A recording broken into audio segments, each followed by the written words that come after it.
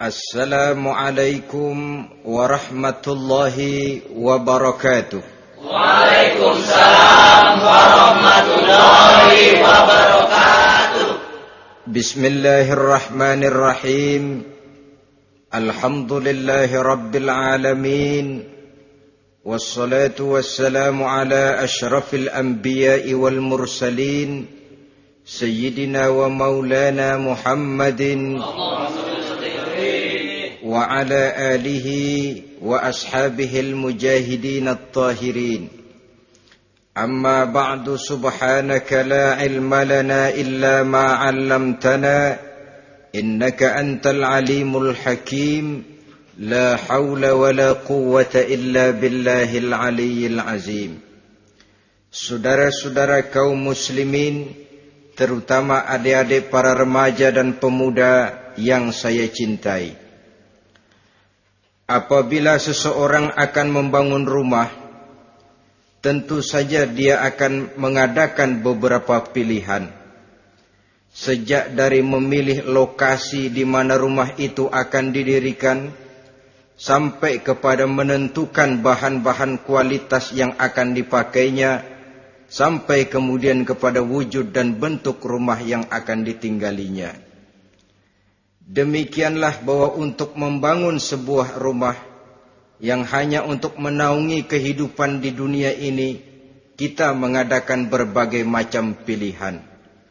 Apalagi kalau kita akan membangun sebuah rumah tangga yang kita harapkan tidak hanya akan menaungi kehidupan di dunia ini, tidak hanya untuk kepentingan kita saja, tetapi juga untuk kepentingan anak cucu kita di belakang hari, termasuk sampai kepada hari akhirat nanti.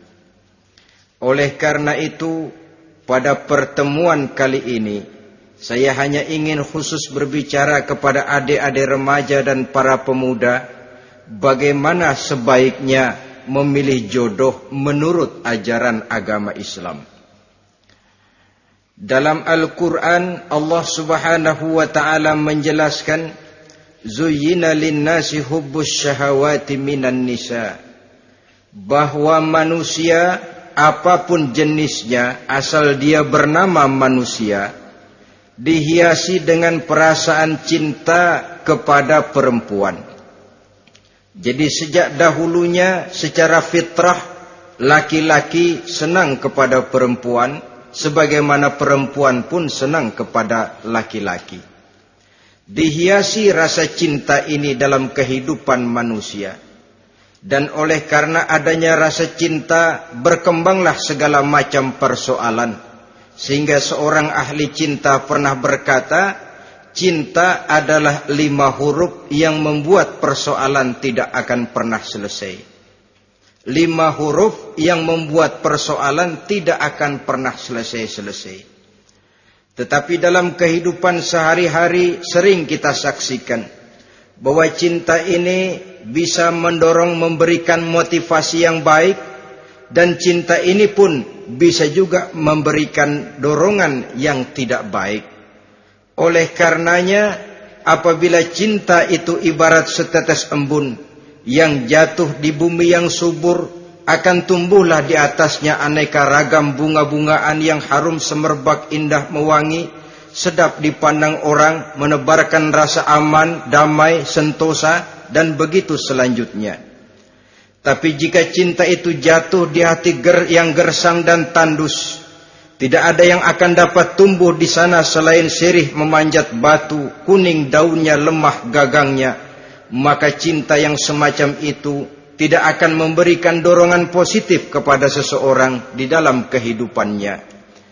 Maka lebih dahulu kita akan membicarakan cinta dalam artian yang positif ini, untuk nanti sampai kepada perempuan yang bagaimana yang harus kita cintai, atau laki-laki yang bagaimana yang harus dicintai oleh seorang perempuan.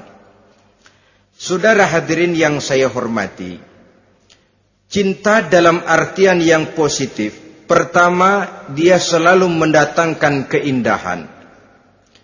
Yang kedua, cinta itu memberikan energi atau semangat untuk berjuang. Dan yang ketiga, cinta itu selalu membawa resiko dalam bentuk pengorbanan.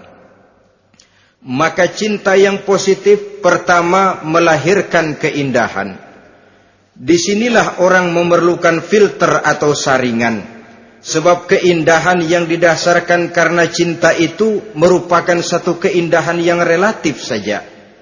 Boleh jadi karena indah orang jadi cinta, boleh juga jadi karena cinta segala sesuatu terasa jadi indah. Namun bagaimanapun juga, kalau hati sudah diliputi oleh rasa cinta, segalanya akan terasa menjadi indah. Cinta itu adalah keindahan. Yang kedua, cinta itu energi, melahirkan dorongan dan semangat. Yang lemah bisa menjadi kuat, yang takut bisa menjadi berani, yang jauh jadi terasa dekat. Itu semua karena dorongan cinta. Dan dari energi ini lahirlah yang ketiga, bahwa cinta adalah pengorbanan. Sehingga orang berkata, berani bercinta artinya harus berani berkorban. Takut berkorban, jangan bercinta. Kalau cinta ini kita salurkan kepada nilai-nilai agama umpamanya, yang pertama, cinta mendatangkan keindahan. Kita cinta kepada agama, maka apapun yang diperintahkan oleh agama akan terasa menjadi indah. Solat akan terasa menjadi indah. Puasa terasa menjadi indah. Zakat terasa menjadi indah. Jihad pun akan terasa menjadi indah. Persis kalau kita cinta kepada seorang gadis. Jika kita cinta kepada seorang gadis, apanya saja akan kelihatan menjadi indah. Jalannya terasa indah, lenggang-lenggoknya terasa indah, suaranya merdu padahal cemprengnya bukan main. Seluruhnya akan mendatangkan keindahan karena dasarnya sudah cinta. Cinta membawa kepada keindahan. Yang kedua, cinta itu melahirkan energi. Orang yang cinta kepada agama akan lahir tenaga dan semangatnya melaksanakan ibadah, melaksanakan puasa, melaksanakan zakat, melaksanakan solat, melaksanakan haji, bahkan melaksanakan jihad sekalipun. Cinta selamanya menimbulkan energi dan semangat. Sama saja dengan kita apabila jatuh cinta kepada seorang gadis, walaupun rumahnya jauh, katanya, gunung pun akan kudaki, lautan pun kuseberangi. Untuk apa itu? Untuk menemui apa yang kita cintai. Cinta selamanya melahirkan energi. Capek tidak terasa, lelah tidak terasa, semuanya tertutup oleh keindahan yang bernama cinta. Lalu yang ketiga, cinta membawa pengorbanan. Apabila kita cinta kepada agama, maka pengorbanan terhadap apapun yang diminta oleh agama, baik itu pengorbanan waktu, tenaga, pikiran, harta, bahkan pengorbanan nyawa sekalipun, kita tidak akan berat melaksanakannya karena cinta kita kepada agama yang kita anut ini. Demikian juga cinta kita kepada seorang perempuan akan membuat kita rela berkorban.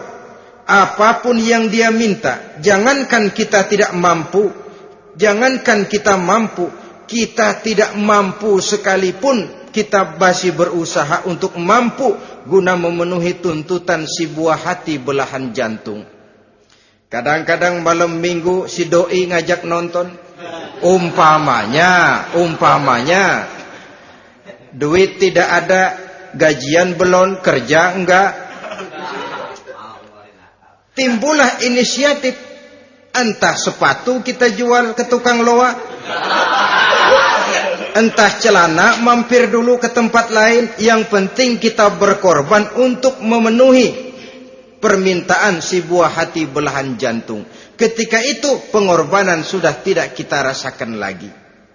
Bahkan pengorbanan yang paling pedih sekalipun, dalam gurau, dalam bercanda misalnya, dicubit kita oleh kekasih kita, pedih bukan main, terkelupas kulit, mengalir darah, bukan nangis, nyengir.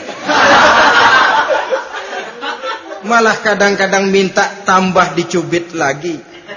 Itulah romantikanya cinta, sanggup membuat orang berkorban, melahirkan energi dan semangat, menambah keindahan dalam kehidupan, sepanjang dia dalam artian yang positif. Kalau demikian masalahnya, di dunia yang penuh dengan perbenturan nilai sekarang ini, orang sering salah jalan bagaimana memilih jodoh untuk membangun rumah tangga yang bahagia. Jangan lupa bahwa membangun rumah tangga ini bukan hanya untuk 1-2 bulan, bukan hanya untuk 1-2 tahun, bahkan bukan cuma untuk kehidupan dunia, lebih daripada itu pun untuk menunjang kebahagiaan di akhirat.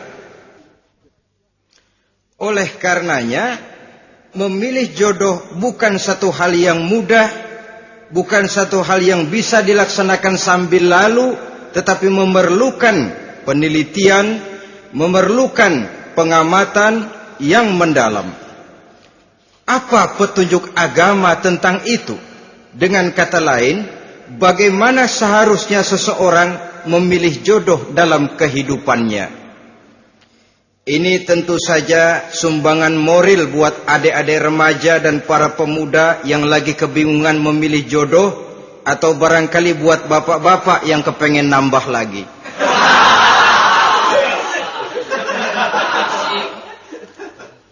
Mohon maaf kepada ibu-ibu, saya tidak menganjurkan, cuma ngajarin. Yang pertama, menurut Nabi, nikahilah perempuan itu karena rupanya, karena hartanya, karena keturunannya, dan karena agamanya. Ada 4 motif utama di sini. Pertama, memilih jodoh, lihatlah rupanya. Lagian siapa yang kepengen dapat jodoh rupanya nggak karu-karuan? Cari rupa yang cantik, indah, dan menawan.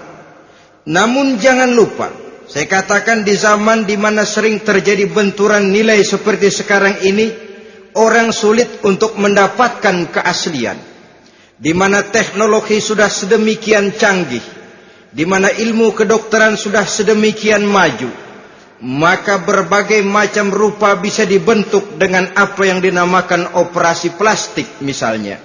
Yang pesek bisa dibikin mancung, kuping yang kelebaran bisa dibikin sedang, pipi yang kembung sebelah bisa dibikin rata, janggut yang tidak menarik bisa dibikin bak lebah bergantung katanya. Oleh karena itu, kalau pilihan hanya tertuju kepada rupa yang cantik saja semata-mata, kita sudah melakukan satu kesalahan yang sangat besar. Sebab apa? Diperingatkan oleh Nabi melalui hadis Ibnu Majah, Bazar dan Baihaqi dari Ibnu Umar. Janganlah kamu kawini seorang perempuan karena kecantikannya, sebab kecantikan boleh jadi akan mencelakakan. Jangan juga kamu kawini perempuan karena hartanya, sebab kekayaan biasanya akan mendatangkan kesombongan. Tetapi kawinilah karena agama dan akhlaknya, karena itulah yang akan membawa kepada kebahagiaan. Saudara-saudara kaum muslimin, terutama adik-adik remaja dan para pemuda, dikala usia puber, apalagi mata baru terbuka, awal balik namanya, remaja sering kehilangan filter. Pokoknya asal ngelihat rupa yang sudah lemot, denok, geboy, pikiran pun hanyut, malam terkenang, siang terbayang, tidur tak nyenyak, makan tak enak katanya, selalu terbayang wajah si doi. Dikala itu orang kehilangan pertimbangan bahwa rupa yang cantik kadang-kadang sering menipu. Diriwayatkan oleh Imam Ibnu Abbas, satu hari ketika sedang kumpul dengan para sahabat, lewatlah orang dengan potongan potongan orang kaya. Kelihatan kan, orang kaya sama orang miskin jalannya aja lain kan. Jalannya saja, jangan gaya hidupnya, jalannya saja lain. Liwat dia. Rasul bertanya kepada seorang sahabat, menurut pendapatmu bagaimana orang yang lewat itu? Kata sahabat, oh, yang lewat ini ya Rasul, kalau dia meminang perempuan pasti diterima. Kalau dia menolong orang pasti berhasil. Kalau dia ngomong pasti didengerin. Kenapa? Orang kaya. Orang kaya ya Rasul. Kalau dia minang, perempuan mana yang kagak bisa menerima kalau dipinang oleh orang kaya? Biar mukanya udah belipet kayak dompet tanggung bulan. Kalau memang duitnya banyak, nggak kelihatan tuh muka yang belipet. Yang kelihatan duit. Kalau dia nolong orang, pasti berhasil apa yang dia tolong itu. Kalau dia ngomong, pasti didengerin orang. Walaupun omongannya biasa-biasa saja. Kenapa? Orang lihat penampilannya. Sudah, ketika orang itu lewat, beberapa lama kemudian lewat lagi seseorang yang kelihatannya miskin. Rasul tanya lagi, kalau orang ini, bagaimana pendapat kamu? Wah, potongan begini sih Rasul. Kalau dia minang, orang tolak. Siapa yang mau kawin sama kere begini? Kalau dia nolong orang, pasti nggak berhasil. Kalau dia ngomong, kagak bakalan ada yang mau dengerin. Siapa yang mau dengerin orang susah ngomong? Setelah orang itu lewat, apa kata Rasul?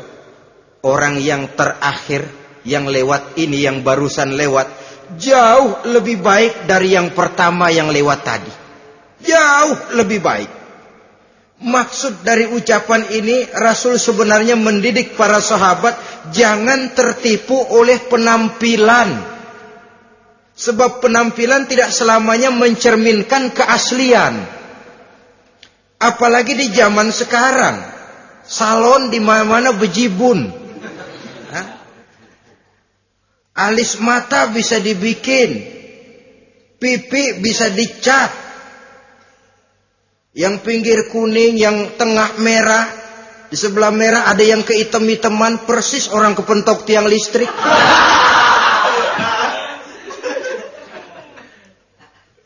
Kecantikan yang artifisial, kecantikan yang bukan alami. Karena itu silakan saja cari yang cantik, tapi jangan terpaku sampai di situ. Sebab kecantikan di samping dia mudah berubah oleh pergeseran masa dan pertukaran waktu, ternyata penampilan tidak selamanya mencerminkan keaslian. Lain hari seorang sahabat pernah mengadu, "Ya Rasul, ada apa? Inna imraati la turaddu yadul lamis." Ya Rasul, istri saya tidak pernah menolak tangan orang laki yang menjamahnya, mengajak salaman kepadanya. Apa jawab Rasul? Ceraiin aja. Tapi hati saya berat ya Rasul, saya cinta betul sama dia. Ya kalau hatimu berat, jaga dia baik-baik. Nah, dari riwayat ringkas ini kita ambil satu perbandingan. Memang punya istri berwajah cantik itu kadang-kadang si malakama kalau imannya tidak kuat. Si malakama. Kita diemin aja, binal, makan hati, nggak aman, nggak tentram. Jangan-jangan saya berangkat ke kantor, dia ngompreng. Buah si malakama, seperti orang tadi, ya Rasul. Istri saya kelihatannya, sebenarnya nggak negatif maksudnya ini, cuma bersalaman, tapi terlalu ngobrol. La turaddu yadul lamis, tidak pernah menolak orang yang ngajak salaman. Ya sekedar salaman. Tapi kan awalnya dari salaman. Kalau sudah salaman kan strum bisa ngederdet dari tangan situ. Kata Rasul sederhana saja. Ya kalau memang begitu ceraiin. Saya nggak kuat Rasul. Saya cinta betul sama dia. Kalau kau tak kuat berpisah dengan dia, jagalah dia baik-baik. Ajar, didik, tanamkan rasa keagamaan di dalam hatinya. Saudara-saudara kaum muslimin, jadi rupa yang cantik tanpa didasari oleh nilai-nilai agama akan membuat seorang suami di rumah tangganya seperti si malakama. Seperti berhadapan dengan buah si malakama kalau tidak diiringi dengan nilai-nilai moral yang luhur dan bekal agama yang tangguh. akan pergi jauh dari rumah rasanya tidak aman. Sedangkan di rumah saja siapa yang akan mencari nafkah? Dan begitu selanjutnya. Orang tadi jelas berhadapan dengan buah si malakama. Didiamkan, makan hati. Sebab, maaf, kalau seorang suami sudah tidak punya rasa cemburu terhadap istrinya, itu kan yang disebut dayus. Dan dayus itu, jangankan masuk surga, bau surga saja dia tidak dapat. Tapi cemburu dalam artian bukan cemburu buta, cemburu dalam artian yang wajar. Dia cemburu, akan dikerasi takut kalau istrinya minta cerai, sedangkan dia cintanya sudah kadung medok bener. Si malakama jadinya. Nah, ini juga satu riwayat yang memberikan gambaran kepada kita. Pilihan, silakan cari rupa yang cantik saja. Cari yang cantik. Tapi kalau itu dijadikan motif utama tanpa dasar-dasar agama, saya khawatir nanti rumah tangga kita akan berhadapan dengan buah si malakama. Jadi adik-adik remaja, usaha, ikhtiar, cari yang cantik, yang kira-kira nggak membosenin, supaya kita betah tinggal di rumah, supaya kita merasa ada tempat berbagi rasa, ada tempat kita bernaung. Sebab kalau nyari bini sebini-bininya mah, ya jodoh di tangan Tuhan, kagak usah nyari juga ntar datang diri umpamanya. Iya, kalau yang datang peot. Orang harus berusaha, walaupun pada akhirnya jodoh toh memang ditentukan Allah. Kan 3 hal yang kita tidak bisa menentukan itu katanya. Maut, rezeki, jodoh. Itu yang masuk mysterious problem. Problem yang misterius. Maut, misterius. Kapan kita mati, kita sendiri tidak tahu. Tahun depan, 50 tahun lagi, 100 tahun lagi, tidak pernah seorang pun diberitahu. Tapi yang pasti dia bakal datang. Kapan dan di mananya, kita tidak tahu. Bisa di rumah, bisa di masjid, ya alhamdulillah. Bisa di majelis taklim, syukur. Bisa di medan perang membela agama, bagus. Pasti dia akan datang. Maut, mysterious problem. Sesuatu yang kita tidak tahu kapan datangnya. Rezeki, gitu juga. Sehingga orang sering bilang, rezeki katanya kayak bayangan. Kita uber-uber, dia lari. Kita diam, dia mah diam. Setengah mati kita uber-uber. Emang ukuran segitu? Segitu aja. Begitu kita nggak ngapa-ngapain, datang yang bawain rezeki. Namanya rezeki itu mysterious problem. Kadang-kadang ngobek, sungsang, sumbul, udah segala tanah orang kita ukur-ukurin. Udah segala ngomong sudah nggak ada yang loh, tuh sudah buta. Tapi memang bayangan, kalau belum rezeki ya belum. Kadang-kadang nyari kode sampai tidur di kuburan. Belepotan tanah kuburan loh. Yang aneh lagi kadang-kadang orang gila ditanyain. Allahu Akbar, ini kode-kode zaman sekarang ini. Sampai orang waras nanyain orang gila itu gimana itu. Ini sudah efek yang betul-betul negatif. Sudah jelas orang gila kok ditanya. Apa kira-kira yang nanya nggak lebih gila dari yang gila itu?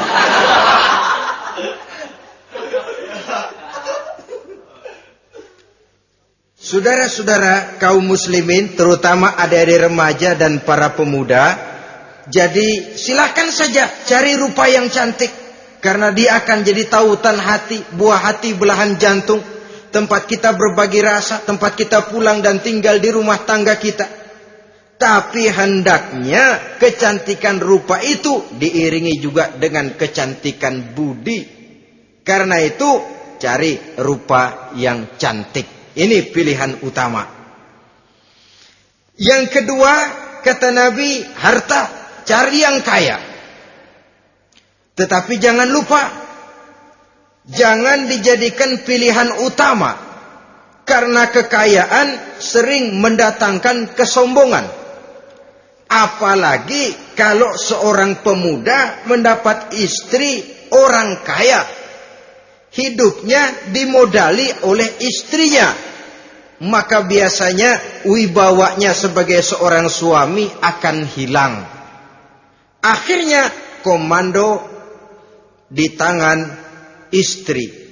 Dikala itulah suami tidak lebih daripada prajurit yang taat kepada komando istrinya. Padahal menurut konsep Quran, ar-rijalu qawwamuna 'alan nisa, laki-laki diciptakan sebagai pembimbing bagi perempuan. Kalau nanti suatu saat terjadi benturan, sedangkan modal diberikan oleh istri, terjadilah pengungkitan. Kata istrinya apa? Lu jangan bertingkah, lu kan kawin sama gue modal lu kolor doang.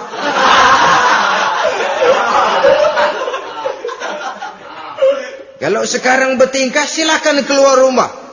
Bawa seperti engkau datang dulu, jangan bawa apa-apa. Pergilah seperti engkau datang dulu kemari. Hilanglah wibawa seorang suami. Suami kalau udah digentak sama istri begitu, ngelempuruk kayak ayam sampar. Di mana lagi letak wibawanya? Harta sering mendatangkan kesombongan. Oleh karena itu, walaupun diperintahkan cari yang keturunan orang kaya, tapi maksudnya jangan dompleng. Sebab kepribadian seorang suami akan ditentukan oleh sifatnya sendiri. Keberadaannya ditentukan oleh karya dan perbuatannya sendiri. Itulah yang akan menampilkan kepribadian dia dalam kehidupan di masyarakat ini. Saudara-saudara kaum muslimin, terutama adik-adik remaja dan para pemuda. Kan kadang-kadang di zaman sekarang kan kelas-kelas gigolo, playboy ya, nyari tante-tante kesepian, mejeng-mejeng di pinggir-pinggir jalan dengan harapan apa? Ya barter lah. Tukar tambah. Nah, supaya dapat rokok, dibelikan pakaian, motor dan sebagainya. Tapi yang jelas hilang harga diri sebagai laki-laki, dan itu yang paling mahal. Kalau seorang laki-laki sudah kehilangan harga diri, apalagi yang bisa dibanggakan dalam kehidupan ini? Apa artinya naik mobil kalau kepala tertunduk ke bawah? Apa artinya jalan di tengah masyarakat kalau kita tidak bisa menengadah dengan satu kebanggaan? Hilangnya harga diri merupakan kehancuran awal dari sebuah pribadi yang untuk jangka panjang kita tidak akan bisa lagi berbuat banyak. Tanpa harta orang memang sulit untuk bahagia. Tapi harta semata-mata bukan merupakan jaminan bahwa orang lantas akan bahagia. Saya barangkali harus berkata, banyak orang miskin yang kaya, tapi tidak sedikit orang kaya yang miskin. Saya ulangi ini. Banyak orang miskin yang kaya, tetapi tidak sedikit orang kaya yang miskin. Nah, bagaimana pengertiannya? Orang miskin yang kaya, materinya sederhana, peralatan rumah tangganya sederhana, tapi hatinya kaya. Oleh karena hatinya kaya, jiwanya lapang. Sebaliknya, orang kaya yang miskin, di tengah kelimpahan materi yang berlimpah, segalanya serba ada, hatinya yang miskin. Kelimpahan materi tidak akan sanggup mengobati kemiskinan hatinya.